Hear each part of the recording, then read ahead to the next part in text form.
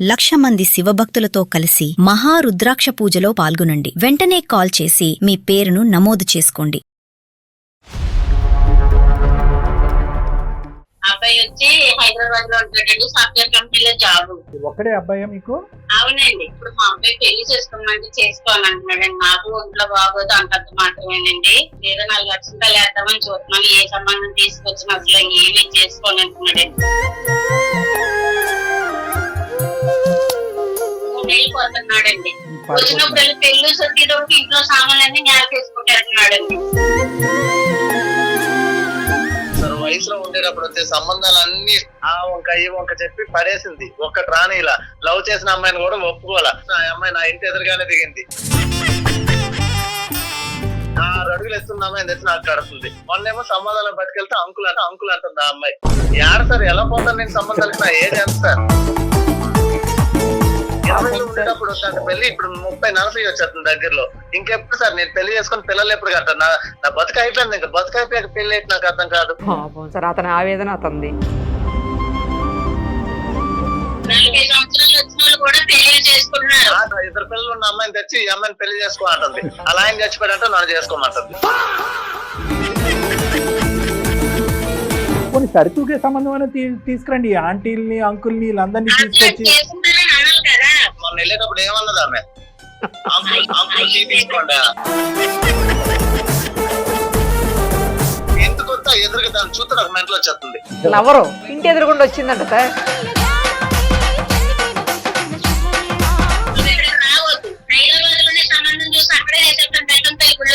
ఇక్కడ కూడా రెడీగా ఉన్నారు కావాలి సార్. అయితే ఉంటారు. నా కొడుకు ఏదో ఒక పెళ్లి చేసి పెట్టి ఆడుకంటూ ఒక తోడంటూ ఉంటే చాలు సార్. రేపొద్దు నేను చనిపోయినా నా కొడుకు భార్య పిల్లలు ఉన్నారు అని అనుకుంటాను. ఇప్పుడు రేపొద్దు నాకు ఏమైనా ఉన్నా అడిగంటూ ఎవరు చూడలేదు.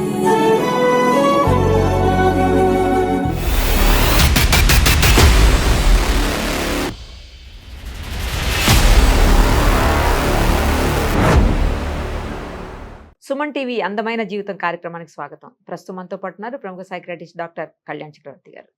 డాక్టర్ గారు నమస్తే అండి. పద్మ అని ఒక పెద్ద ఆవిడ మనకి మెయిల్ చేశారు సార్. కొడుకు గురించి ఆవిడ చాలా ఆవేదన చెందుతున్నారు.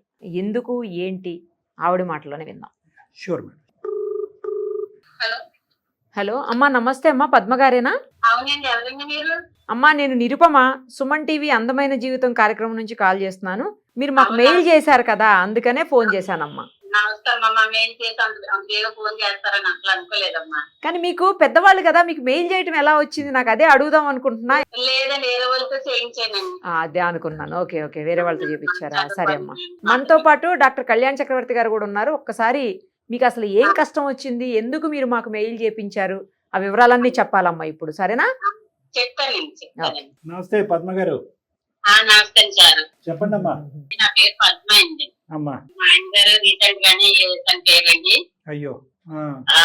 అబ్బాయి వచ్చి హైదరాబాద్ లో ఉంటాడండి. సాఫ్ట్వేర్ కంపెనీలో జాబ్. అబ్బా కాదు, ఒక్కడే అబ్బాయా మీకు? అవునండి. మీ వయసు ఎంత ఉండొచ్చు? బాబు వయసు ఎంత? బాబుకి 35 సంవత్సరాలండి. నాకు 56 సంవత్సరాలండి. ఓకే, చెప్పండి అమ్మా. ఇప్పుడు మా అబ్బాయి పెళ్లి చేసుకోమంటే చేసుకోవాలంటున్నాడండి. నాకు ఒంట్లో బాగోదు అంతంత మాత్రమేనండి. మా అబ్బాయికి కొంచెం ఏదో 4 లక్షలు వేద్దామని చూస్తున్నాను. ఏ సంబంధం తీసుకొచ్చినా అసలు ఏమీ చేసుకోనంటున్నాడండి. అంటే నిజం చెప్పాలంటే చాలా మటుకు కారణం నేనేనండి. మీరు ఎలా కారణం అయ్యారు అతని పెళ్లికి కాకుండా ఉండటానికి? అంటే పోస్ట్ లోని చాలా సంబంధాలు వచ్చినాయండి. సంబంధాలు వస్తే నేనే కట్నానికి ఆశపడి ఈ సంబంధం కాబట్టి ఆ సంబంధం కాబట్టి ఇంకో సంబంధం ఏదో కొత్త వెళ్ళనేసి తొందరగా మేము ముందు కావాలండి. ఏంటంటే వాళ్ళకి ఇచ్చి కట్నంతో నేను ఇదవుతానని కాదండి. ఆడు అని పిల్లలు బాగుంటాడు కదన్న ఇది కొద్ది. మాకు ఇది ఊర్లో 3 కోట్ల బిల్డింగ్ ఉన్నది. హైదరాబాద్ లో మా అబ్బాయికి జాబ్ ఫ్లాట్ ఉన్నది. ఈ సంబంధం కాబట్టి ఏదో వస్తుందని ఆశకెళ్ళి నేను ఇదవ్వానండి. ఆశ అత్యాశ అయింది. ఇప్పుడు కట్నం లేదు, పెళ్లి లేదు. ఒక సంబంధం చూసాం చుట్టాల అమ్మాయిని. ఇప్పుడే ఇంతలా ఉన్నది, రేపొద్దు నీళ్ళు పోతుంది, పెళ్లి అయిన తర్వాత ఇంకా ఇంత లావ్ అయిపోతుంది, నాకు వద్దు అన్నాడండి. లావ్ గురించి ఇచ్చేసాడు. లావ్ అన్నాడు వద్దన్నాడండి. సరేలేని మళ్ళీ కాకినట్లు వేరే సంబంధం చూసాం. ఆ అమ్మాయి హైట్ ఎక్కువ అన్నట్టు రేపొద్దు ఇద్దరం పక్క పక్కన నడుచుకుని వెళ్తే మీ తప్పుడు మీ అక్క అని అంటారు. ఆ సంబంధం వద్దన్నాడండి. ఇలాగే ఇంక ఏ సంబంధం చూసినా పిల్ల నల్లగా ఉన్నది అంటున్నాడు, జుట్టు లేదంటున్నాడు, ముక్కు బాగాలేదు అంటున్నాడు, కొల్లు బాగాలేదు అంటున్నాడు, ఇంకేదో తొంపెడుతున్నాడు కానీ పెళ్లి అయితే చేసుకోండి అంటున్నాడు. ఇప్పుడు కట్నం బిజినెస్ అసలు లేనే లేదు. ఇప్పుడు కట్నం కాస్త గాలి కట్నం కూడా ఏమి లేదండి. ఏంటంటే నాకు ఒంట్లో బాగుంటలేదు, ఏదో ఇటు పెళ్లి చేసేస్తే అడికంటూ ఒక తోడు భార్య పిల్లలు ఉంటారని ఆశపడుతున్నాను. ఏది ఎప్పుడు ఉంటామో ఎప్పుడు పోతామో తెలియదు, ఉన్న రోజులన్నా ఆ పిల్లలతో గడుపుతామని నేను ఆశపడుతున్నాను. మిగతావన్నీ బానే ఉన్నాయమ్మా, ఉద్యోగం గానీ లేదంటే అన్ని ఓకేనండి. పెళ్లి ఊసెట్టినప్పటికి ఎప్పుడు నెలలు అయితే నెలకి వచ్చి పోడండి. ఇప్పుడు 2 నెలలకి ఏకంగా ఇప్పుడు 3 నెలలకు వస్తున్నాడండి. వచ్చినప్పుడు పెళ్లి సొచ్చేటప్పుడు ఇంట్లో సామాన్లన్నీ నేలకేసుకుంటేస్తున్నాడండి, దేవత్వం చేసేస్తున్నాడు, వెళ్ళిపోతున్నాడు. పెళ్ళన్న ఊస్తే వెనక్తో లేదండి. నేను మీ ప్రోగ్రాలు కూడా నేను చాలా చూసాను. మీరు కౌన్సిలింగ్ అయ్యిస్తారు, పంపుతారు, ఏం చేస్తారో ఎలా చేస్తారో నాకు తెలియస్తారు. మీకు పుణ్యం ఉంటారు. నా కొడుకు ఏదో ఒక పెళ్లి చేసి పెట్టి ఆడుకుంటూ ఒక తోడంటూ ఉంటే చాలు సార్. ఇప్పుడు ప్రస్తుతం ఏమన్నా సంబంధం ఉందమ్మా, రెడీగా ఏమన్నా ఉందా? అంటే సార్ సంబంధాలు ఉన్నాయి సార్, అబ్బాయి ఒప్పుకుంటే చాలు. ఉన్నాయి కానీ చూడటానికి కూడా ఇష్టపడట్లేదు. ఇదివరకు అయితే ఫోటోలు గట్రా చూసేవాడు, ఇప్పుడు అవి కూడా చూడటానికి తను ఏమంటున్నాడంటే నేను అంకిల్లాగా ఉంటాను, నాకేమో చిన్నపిల్లలు అంటున్నారు, అంకులు అంటాను, ఏ వయసు చేసుకున్నాడు అంటే ఇప్పుడు ఏ వయసులో వాళ్ళు ఆ వయసులో దొరుకుతారని దొరకన్నాడు. మరి చిన్నపిల్లలు తీసుకొచ్చి మనం చేస్తాం, ఆడి వయసు దగ్గర ఉన్నాయి మనం చేస్తాం. అది ఒప్పుకోవాలి కదండి. ఈ అబ్బాయి నాకు పెళ్ళొద్దు, ఏ పిల్లం లేకపోతే బతకలేమా, ప్రశాంతంగా ఉండేవా, ఏదో ఒకటి ఎలా తీరుతుంది సార్? నా తప్పైంది అంటున్నాను కదా, నా ఆశ ఎలా తీరుతుంది? అది 4 లక్షలు వేసేసాను అనుకోండి, రేపొద్దు నేను చనిపోయినా నా కొడుకు భార్య పిల్లలు ఉన్నారు అని అనుకుంటాను. ఇప్పుడు రేపొద్దున నాకు ఏమైనా ఉన్నాడు కంటూ ఎవరు చూడలేదు, ఉంటారు అందరూ తినేసి పోయేవాళ్ళే, మన కష్టపడితే చూసి వాళ్ళు ఒక్కరు ఉండరు. అది 110% మనిషికి మనిషి తోడు కావాలి, కుటుంబం అనేటటువంటిది పెరగాలి, వంశధారకుడు ఉండాలి అనేది మాటలు మంచి మాటలే. కానీ రేపొద్దున బలవంతంగా పెళ్లి చేస్తే కనుక ఇష్టం పెళ్లిలో ఇతను ఇబ్బంది పడి ఆ అమ్మాయి ఇబ్బంది పడి మళ్ళీ ఏకాక అయ్యే పరిస్థితి ఉంది కదా. మరి అప్పుడు అది కూడా మనం ఆలోచించాలి కదా. మీరేమొచ్చి నా ఆరోగ్యం బాగాలేదు 4 అక్షంతలు ఆరోగ్యం చెప్పిలా చెప్పాలని నాకు చెప్పిలా చెప్తే ఎన్నోళ్ళది ఎవ్వరు ఉండరు. మీరు ఎంతో మందికి చెప్పారు, ఎంతో మందిని కలిపారు, నేను చూశాను కదా సార్. అలాగే కొన్ని మంచి మాటల మీద అలా కాదు ఇలా కాదని మాట్లాడితే 4 ఆడు ఎదుర్కొంటా 4 తిట్టినా పర్వాలేదండి, నేను ఏం అనుకోను. తిట్టాలన్నా కూడా తిట్టలేం కదమ్మా. మీరు అనుకున్న దాంట్లో ఏముంది? ఆ అబ్బాయికి ఎక్కడో లోపల మీ మీద ఒక కోపం ఉందంటే వచ్చినప్పుడు సంబంధాలు వయసు ఉన్నప్పుడు మీరు కట్నం కానుక అని చెప్పి పోస్ట్పోన్ చేసి మంచి సంబంధాలు వెనకేస్తారు. కాబట్టి ఇప్పుడు వచ్చేటటువంటి పొడవు పొట్టి లావు ఈ బేసిస్ మీద చాలా మటుకు ఆడేసి అడగొట్టుకున్నాడండి. నేను నా తప్పున్నాను కాదంటలేదు, వచ్చిన సంబంధాలు కొన్ని ఆడేసి అడగొట్టుకున్నాడు. సర్లే అమ్మా, ఇప్పుడు చూద్దాము, ఒకసారి అతనితో కూడా మాట్లాడదాం. అబ్బాయి పేరేంటి పద్మ గారు? పవన్ అండి. పవన్. ఓకే, ఒకసారి మీకు కలపటం వస్తుందా కాన్ఫరెన్స్ కాల్? మా పక్కన ఉన్నది కలపమంటారు. కలపమనండి అమ్మ ఒకసారి. The person you are speaking with has put your call on hold. Please stay on the line. Hello బాబు చెప్పమ్మా. సారు మాట్లాడతారు, ఒకసారి మాట్లాడమ్మా. ఎవరా సారు? ఎందుకు?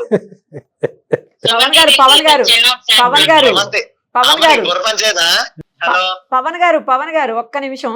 ఆవిడికి పాపం చెప్పడం రాలేదు. మేము సుమన్ టీవీ అందమైన జీవితం కార్యక్రమం నుంచి నేను నిరుపమ, మనతో పాటు ఉన్నారు డాక్టర్ కళ్యాణ్ చక్రవర్తి గారు కూడా. మీ అమ్మగారు మాకు మెయిల్ చేపించారు పక్కింటి వాళ్ళు. బయట అమ్మ నీకేం బుర్రపంచేదా? బాబు నా మాట ఎలా వింటలేదు, వాళ్ళ మాట నువ్వు బాగుపడతావు. పెళ్లి కాని పవన్ అనుకోపోయింది. అది కాదు బాబు, నా మాట సార్ మాట్లాడతారు, మాట్లాడు. ఉండమ్మా, అబ్బాయి మనసులో ఏదో చెప్తున్నాడు, 2 మాటలు చెప్పనియండి. చెప్పండి పవన్ గారు. మీ అమ్మగారి మీద ఏదో ఊర్లో పరుగులు పోయిందండి. మీ ప్రోగ్రామ్ వచ్చాం అనుకోండి, అందరికి తెలిసిపోద్ది ఇవన్నీ. అదేం కాదులే నాన్న, నువ్వు చూసుంటావు మన ప్రోగ్రామ్స్, చాలా సందర్భాల్లో చెప్పాము. ఇక్కడ నా ఏజ్ అంతా మా అమ్మ చూసే పనులు ఏందో నాకు అర్థం కావట్లేదు సార్. వయసులో ఉండేటప్పుడు వచ్చే సంబంధాలన్నీ ఆ వంక ఈ వంక చెప్పి పడేసింది. ఒక్కటి రాని ఇలా లవ్ చేసిన అమ్మాయిని కూడా ఒప్పుకోవాలా. ఆ అమ్మాయి నా ఇంటి ఎదురుగానే దిగింది. రోజుకో సంబంధం తెస్తుంది సార్. 6 అడుగులు ఎత్తున్న అమ్మాయిని తెచ్చి నాకు కడుతుంది. మొన్నేమో సంబంధాలను పట్టుకెళ్తే అంకుల్ అంటుంది ఆ అమ్మాయి.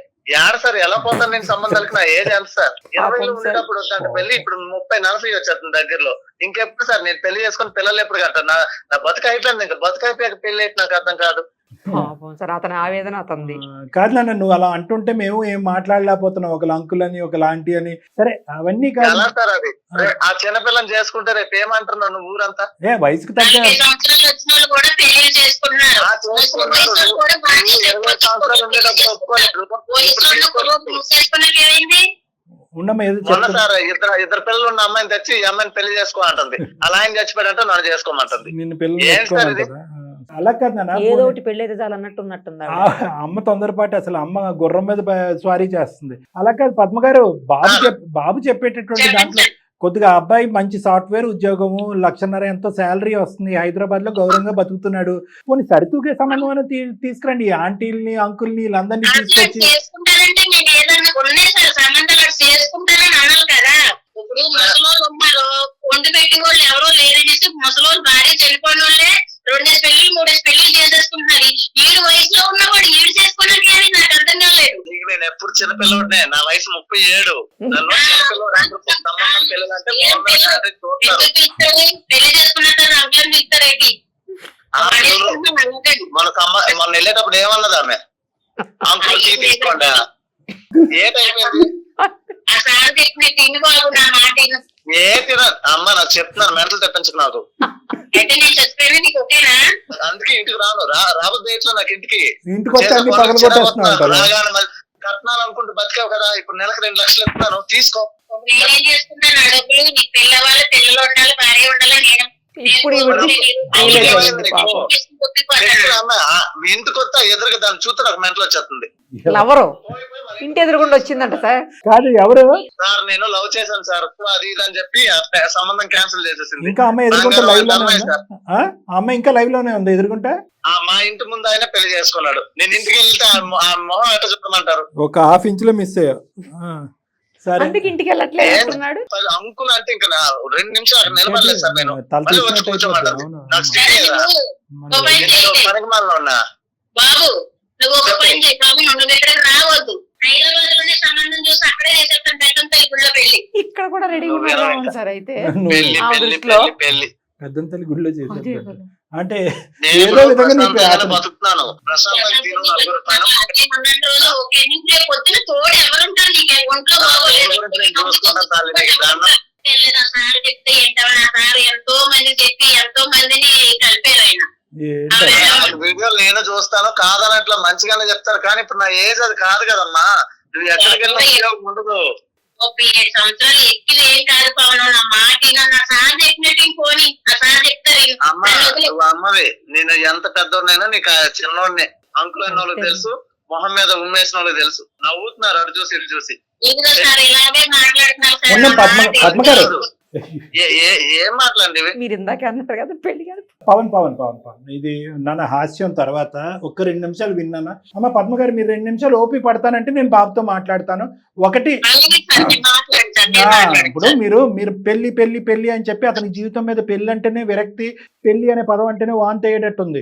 ఆ పరిస్థితి తీసుకొచ్చారు. ఇలాంటి పిల్లల్ని బలవంతంగా తీసుకెళ్లి కట్టబెడితే కనుక 3-4 ముచ్చట అవుతుందమ్మా అక్కడ. అనవసరంగా తర్వాత కోర్టులు డైవర్సులు అని చెప్పి కొట్టుకు సావాలి. ఇంకొకటి జీవితం ఎందుకు అంత అబ్బాయిని మరీ అంత రేపో మాపో మీకేదో ప్రాణాలు హరించిపోయేటట్టు, రేపో మాపో ఏదో ఉపద్రవం వచ్చేటట్టు మాట్లాడుతున్నారు. ఆగండి. పెళ్లి ఎంత ఇంపార్టెంటో రేపొద్దున పెళ్లి చేసుకున్న తర్వాత ఆ పెళ్లిని కాపాడుకోవటం కూడా అంత ఇంపార్టెంట్. ఈరోజు మీరు బ్లాక్మెయిల్ చేసి భయపెట్టి కింద మీద పడి కొట్లాడుకుని అతను టీవీలు ఫోన్లు పగలగొట్టి పెళ్లి చేసుకుని ఎవరిని ఉద్ధరిద్దామని అంతేనా? పెళ్లి అయిపోవాలి, అక్షింతలు వేసేయాలి, ఒక మనవడిని ఎత్తేసుకోవాలి, అంతేనా కాన్సెప్ట్? అంత ఈజీ కాదమ్మా. ఆ అబ్బాయిలో అసలు ఆవగింజ అంత పెళ్లి మీద ఒక రెస్పెక్ట్ గౌరవం కూడా ఇదివరకు ఉండేది, పోయింది. మీరు అప్పుడేమొచ్చి కొలమానం చేశారు, తూకం వేశారు. అప్పుడు కులం అన్నారు, గోత్రం అన్నారు, కట్నం అన్నారు. ఆ అబ్బాయికి పెళ్లి వయసు ఉన్నప్పుడు ఇష్టపడినప్పుడు ఇష్టమైనటువంటి అమ్మాయికి చేయలేదు. ఇప్పుడు కళ్ళెదురుగుంటా ఆ అమ్మాయి ఎదురింటి అతనితో హ్యాపీగా పెళ్లి అయిపోయింది. వాళ్ళకి 2-3 పిల్లలంట. ఇక్కడ ఇతను కడుపు కాలిపోదా? మీ ఇంటికే రావటం మానేశాడు అతను. మీరు పెద్దవాళ్ళు అసలు మీరు పట్టిన కుందేలకు 3 కాళ్ళు అంటే 3 కాళ్ళు. అప్పుడేమైపోయింది ఇంగితం ఆలోచన? అప్పుడు ఈ అబ్బాయి భవిష్యత్తు గురించి ఆలోచించలేదా? ఎందుకమ్మా తల్లిదండ్రులు ప్రతిదాన్ని చోట పిల్లల్ని ఏదో పావుల్లాగా వస్తువుల్లాగా వాడుకుంటారు? మీరు అనుకుంటే పెళ్లి, మీరు వద్దనుకుంటే పెళ్లి కాదు. మీకు కావాల్స్తే కోడలు కావాలి, వద్దనుకుంటే వద్దు. ఇంతేనా? బాగా చెప్పారు సార్. సరేలే, ఇప్పుడు అమ్మను కూడా అనేది ఏముంది నాన్న చనిపోయి సంవత్సరంన్నర అయింది, ఆ బాధలో కూడా ఆవిడ ఉంది. అవును. ఏదో షుగర్ బీపీ ఏవో ఉన్నాయని చెప్పి మెయిల్లో పెట్టింది, ఆరోగ్య పరిస్థితి కూడా అంతంత మాత్రం ఉంది, గుండె జబ్బు కూడా ఉందని. సార్ నేను నెలకు 1,00,000 పంపించి ప్రశాంతంగా ఊర్లో, సార్ మాది పల్లెటూరు, ఓ 10,000 ఇస్తే ఇంటి చాకరీ అంతా చేసేటోళ్ళు ఉన్నారు, ఎక్కడెక్కడికో పట్టణాలకు పోయి 10,000 చేస్తున్నారు సార్. 10,000 ఇచ్చాయి, 90,000 నీ దగ్గర పెట్టుకో. అంటే పనులు సొంతోళ్ళు పనోళ్ళు ఒకటైతారా? పవన్ పనులు పెట్టుకునే స్తోమత ఉంటే పెళ్లిళ్ళు అక్కర్లేదా, భార్య పిల్లలు అక్కర్లేదా, కోడళ్ళు అల్లుళ్ళు అక్కర్లేదా? అంటే డబ్బులతో అన్ని కొనేసుకోవచ్చు. నేను కాదనట్లేదు సార్, నా ఏజ్ ఇప్పుడు ఎంత సార్?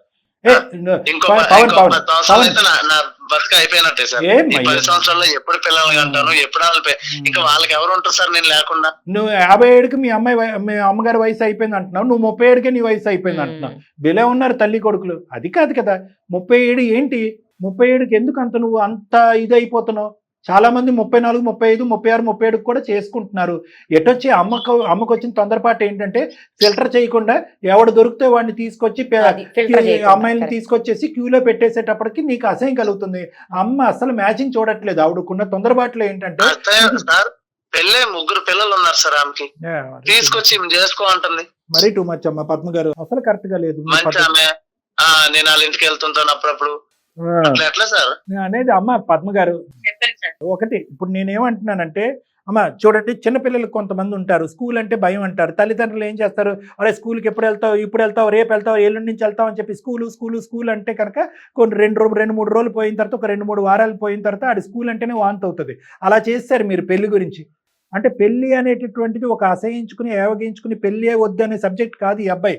పెళ్లి కాని ప్రసాద్ అలాగే ఏదో పెళ్లి కాని పవన్ అని అతను అనుకుంటున్నాడు కదా, ఆ క్యారెక్టర్ కానే కాదు. తనకు నచ్చినటువంటి అమ్మాయి తను చేసుకుని తన జీవితంతో ఒక అమ్మాయితో కలగందాం అనుకున్నాడు. ఆ కళ ఎవరో అంటున్నారు. ఇప్పుడు నేను అనేది ఏంటంటే, అప్పుడు కోరిక ఉన్నటువంటి అబ్బాయి ఇప్పుడు కోరిక ఎలా చచ్చిపోతుంది? చచ్చిపోదు ఆ కోరిక.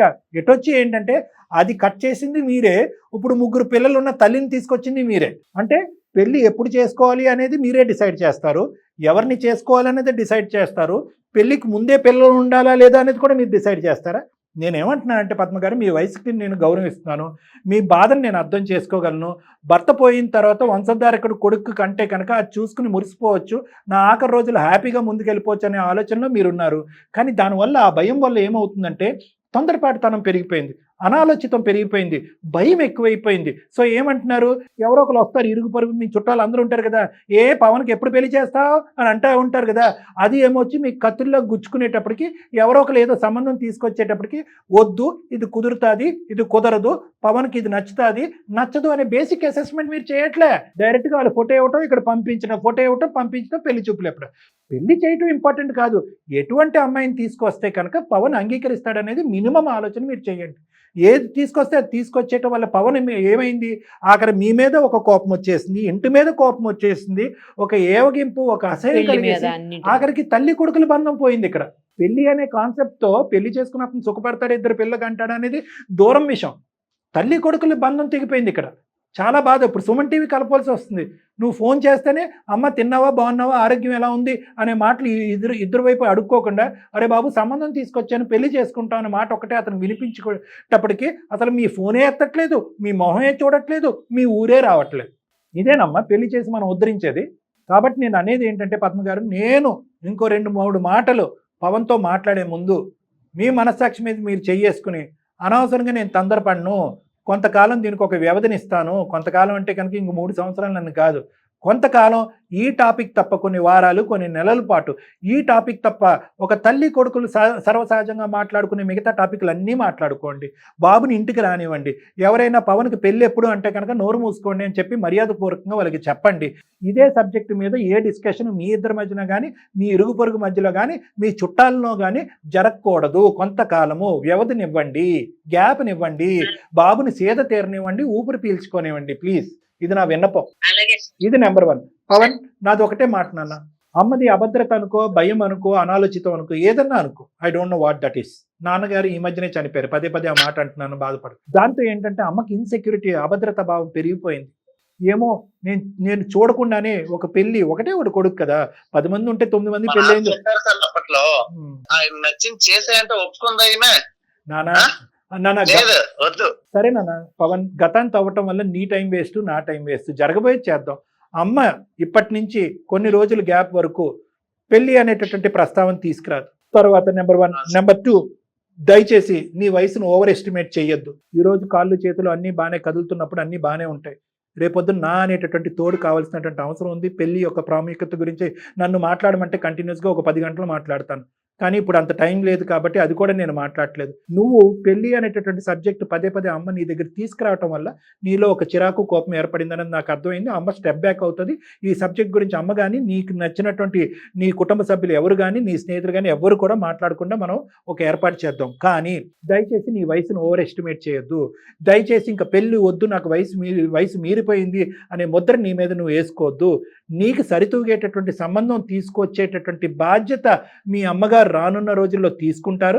ఒకప్పుడు ఆవిడకి అర్థం కానటువంటిది, బోధపడినటువంటిది, ఆలోచన లేనటువంటి పరిస్థితి వస్తాయి కనుక అటువంటి సంబంధాలు ఎంచేటటువంటి ప్రక్రియలో నేను కూడా ఇన్వాల్వ్ అవుతాను కావాలంటే. ఎందుకంటే అమ్మకి ఇప్పుడు సపోర్ట్ సిస్టమ్ ఎవరు లేరు. ఎవరో ఏదో సంబంధం తీసుకొస్తే వెంటనే ఒకసారి నేను నీతో మాట్లాడి నీ ఇష్టాలు ఏంటి అనేది తెలుసుకున్న తర్వాత అమ్మకి అటువంటి పెళ్లి సంబంధాలు చూసేటటువంటి హెల్ప్ ఏదైనా కావాలంటే అది నేను కానీ నిరుపమ మేడం కానీ మీ అందరూ కూడా మీ అమ్మగారికి నేను హెల్ప్ చేసి సరితూగేటటువంటి సంబంధం, ఒక 10 సంబంధాలు వచ్చినాయి అనుకో, నీకు నీ ఇష్టాలు బట్టి సరితూగేటటువంటి సంబంధమే నీ ముందు ప్రవేశపెట్టడానికి ప్రయత్నం చేస్తాం. కానీ దానికంటే ముందు నీ సైడ్ నుంచి మాకు కావాల్సింది ఏంటంటే అమ్మని అసహించుకోవద్దు, అమ్మని తిట్టుకోవద్దు, అమ్మ మీద అగౌరవంగా మాట్లాడే పరిస్థితులు వద్దు. అంటే నాకు ఇష్టమే సార్. ఈ పెళ్లి విషయంలో తప్ప నాకు ఆమె తప్ప నాకు ఎవరున్నారు సార్ చెప్పండి మీరు. సరే, ఇప్పుడు నేనేమంటున్నానంటే ఫస్ట్ ఆఫ్ ఆల్ ఒక తల్లి కొడుకుల్లాగా మీరిద్దరు ఉండండి. ఈ పెళ్లి అనే సబ్జెక్ట్ వల్ల మీ ఇద్దరి మధ్యన దూరాభారం పెంచుకోకండి. అమ్మ దగ్గర కలిసి వస్తూ ఉండు, ఊరెళ్ళు, అమ్మతో పాటు కూర్చో, అమ్మ చేసినటువంటి కమ్మటి భోజనం తినిరా, అక్కడ నిద్రించు. అది కూడా ఆ అమ్మకు కూడా ఆ గ్యారంటీ, నా కొడుకు నాకు దూరం అవ్వట్లేదనే గ్యారంటీ. ఆ పిచ్చి తల్లి ఏం చేస్తుందంటే పెళ్లి చేసేస్తే కనుక నీకు ఒక తోడు వస్తే కనుక ఆవిడ హ్యాపీగా ఉండొచ్చు అనేటటువంటి బాధ భయంతో ఆవిడకి నీతో ఉండే బంధం ఏమైపోతుందని కూడా ఆలోచించట్లేదు ఆవిడ. నాకు ఆ విషయం అర్థం అవుతుంది. కానీ ఎప్పుడైతే నేను పెళ్ళిళ్ళకి వెళ్తున్నానో ఆంకులు ఈ పెళ్లి కాని ఇవన్నీ మాట్లాడినాక వెళ్ళి మాట్లాడేది అవసరమా? అంత దూరం వెళ్ళి నచ్చలేదంటే అది ఎలా నేను తీసుకోవాలి? అవన్నీ అర్థమైంది. నేను మాట్లాడింది కూడా అర్థమైంది కదా. పెళ్లి అనేది అప్పుడే డిలీట్ చేయవలసిన అవసరం లేదు. నీకు వయసు మితిమీరిపోలేదు. అమ్మ నీకు సరితూగేటటువంటి సంబంధాలు అమ్మ తీసుకొస్తుంది. ఒకప్పుడు అమ్మకి ఆ కెపాసిటీ లేకపోతే అమ్మకి నేను నిరుపమ మేడం హెల్ప్ చేసేటటువంటి ప్రక్రియలోకి కూడా దిగుతాము. Please, okay? ఇంతవరకు నాకు నిరుపమ మేడంకి ఇద్దరికి నువ్వు చక్కగా కోఆపరేట్ చేసినందుకు థ్యాంక్ యూ నాన్న. ఈ మాత్రం మాట్లాడతామని కూడా మేము అనుకోలేదు. ఏమన్నా అసందర్భంగా మేము ఏమన్నా నవ్వి ఇంకో విధంగా హాస్యాస్పదంగా ఉంటే క్షమించు. సరేనన్న, సరే, మనం మళ్ళీ ఒకసారి కలుద్దాం హైదరాబాద్ లో. ఈ లోపల అమ్మతో ఒక 2 మాటలు మాట్లాడాలి. నువ్వు ఫోన్ పెట్టేసాను. Okay, bye Pavan. God bless you, all the best. Bye. మీరు కట్ చేసేయండి. నువ్వు పెట్టేనన్నా అమ్మతో మాట్లాడు. పద్మ గారు 2 నిమిషాలు వినండి అమ్మా. ఆ అబ్బాయి మాట్లాడేటటువంటి ప్రతి మాటలో ఒక అర్థం ఉంది. అసందర్భంగా అనవసరంగా పనికిరాని మాట ఒక్కటి కూడా మాట్లాడలేదు ఆ అబ్బాయి. చదువు తగ్గట్టుగా ప్రవర్తించాడు, ఉద్యోగం తగ్గట్టుగా ప్రవర్తించాడు, మీరు పెంచినటువంటి విధంగా మాట్లాడాడు. అన్ని కూడా బ్యాలెన్స్డ్గా ఉన్నాయి. అలాంటి అబ్బాయికి ఏదో దొరికితే ఒక అమ్మాయిని చేసేద్దామనే ఆలోచన ప్రధానంగా తల్లిగా మీకు ఉండకూడదు. చక్కటి పిల్ల, ఓకే, ఆలోచన ఉన్నటువంటి పిల్ల, వయసుకు తగ్గట్టు పిల్ల. మీరు ఏది పడితే తెచ్చేటమే మేడం. పిల్లల్ని, మనవుల్ని, మనవరాణులు ఉన్న వాళ్ళందరినీ తీసుకొచ్చి క్యూ కట్టేస్తే ఆడికి అసలు పెళ్లి మీద ఇష్టమే పోయింది, చచ్చిపోయింది ఇష్టం. ఫస్ట్ పెళ్లి మీద ఇష్టం పెంచే విధంగా మనం మాట్లాడాలి, ఆలోచించాలి. కాబట్టి నేను ఇందాక చెప్పాను కదా, కొద్దిగా మీ యొక్క ప్రయత్నాన్ని విరమించుకోండి, తాత్కాలికంగా సస్పెండ్ చేయండి. దయచేసి ఆలోచించి నెక్స్ట్ స్టెప్ వేయవలసిన అవసరం ఉంది. ఈ లోపల తల్లి కొడుకు ఇద్దరు కూడా హ్యాపీగా మాట్లాడుకోండి, ఓకేనా? అంటే ఇందాక గర్జించి ఇంకో విధంగా మాట్లాడుంటే కనుక క్షమించండి. ఎందుకంటే మీరు ఇచ్చిన స్వేచ్ఛకు బట్టే అది ఉపయోగించేసుకుని ఒక 2 మాటలు ఎక్స్ట్రా మీతో మాట్లాడాము. రైట్, ఓకే అమ్మా. నమస్తే అమ్మా, థ్యాంక్ యూ పద్మ గారు. ఉంటానమ్మా. చాలా మంచి కౌన్సిలింగ్ సార్ ఇది. అదే, అవును, బాగా అనిపించింది. ఉపయోగపడాలి, ఇద్దరికి ఉపయోగపడాలి, తల్లికి ఉపయోగపడాలి, కొడుక్కి ఉపయోగపడాలి. ఇద్దరికి కూడా చాలా మంచిగా చెప్పారు. ఎవరికి చెప్పాల్సిన రీతిలో, ఎవరికి చెప్పాల్సిన పద్ధతిలో వాళ్ళకి చెప్పారు. బాగుంది సార్. దాంతో వాళ్ళు మారి మంచిగా అవుతారు. ముందు ఫస్ట్ వాళ్ళిద్దరు మధ్య బంధం గట్టిపడితే తల్లి కొడుకు బంధం, దట్ ఈస్ మోర్ ఇంపార్టెంట్. మిగతా అన్ని ఆటోమేటిక్ జరుగుతాయి. Thank you. నమస్తే.